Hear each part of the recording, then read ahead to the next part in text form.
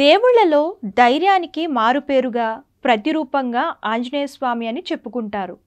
చెడు శక్తులు ఆంజనేయ స్వామిని చూడగానే భయపడిపోతాయని కొందరు అంటూ ఉంటారు. ప్రతి మంగళవారం స్వామి పూజలు అందుకుంటూ ఉంటారు. అందుకే ప్రతి మంగళవారం ఆంజనేయ స్వామి ఆలయానికి వెళ్ళి పీడిత వ్యక్తుల నుంచి తమను కాపాడాలని ప్రతి ఒక్కరూ కోరుకుంటారు. సింధూరంతో స్వామివారికి పూజ చేసి అభిషేకం చేసిన సింధూరాన్ని ఆలయానికి వచ్చిన ప్రతి ఒక్కరికి ఇస్తూ ఉంటారు. అలాగే ప్రతి ఒక్కరూ సింధూర తిలకాన్ని ధరిస్తారు. ఆంజనేయ స్వామిని మనం తలుచుకోగానే మనకు వెనువెంటనే గుర్తొచ్చేది స్వామివారి ఒంటికి ఉండే సింధూరం. నారింజ ఎరుపు కలగలిపిన సింధూరంతో ఎంతో ప్రకాశవంతమైన రంగులో మెరిసే దేహంతో స్వామి రూపం ఆలయంలో కనిపిస్తుంది.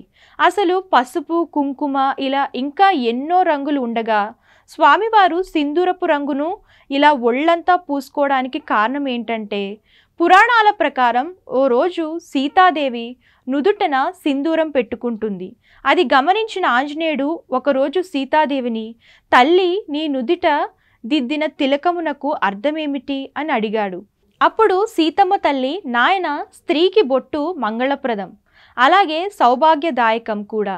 నేనిలా బొట్టు పెట్టుకోవడం వలన నా స్వామి అయిన శ్రీరామచంద్రుణ్ణి ఆయువు ప్రతినిత్యం పెరుగుతుంటుంది అని చెప్పింది. అది విన్న ఆంజనేయుడు సీతమ్మ నుదుటిన చిన్న సింధూరపు బొట్టు పెట్టుకుంటేనే స్వామి ఆయువు అంత పెరిగితే, అదే నేను ఒళ్ళంతా స్వామి పేరు చెప్పి సింధూరాన్ని అద్దుకుంటే ఇంకెంతో ఆయువు పెరుగుతుందని ఆలోచనతో ఒళ్ళంతా సింధూరం పూసుకుని వెంటనే వచ్చి సీతమ్మకు చూపించి, అమ్మ, నేనిక జీవితాంతము నా స్వామి కోసం సింధూరాన్ని పూసుకుంటాను అని చెప్పాడట.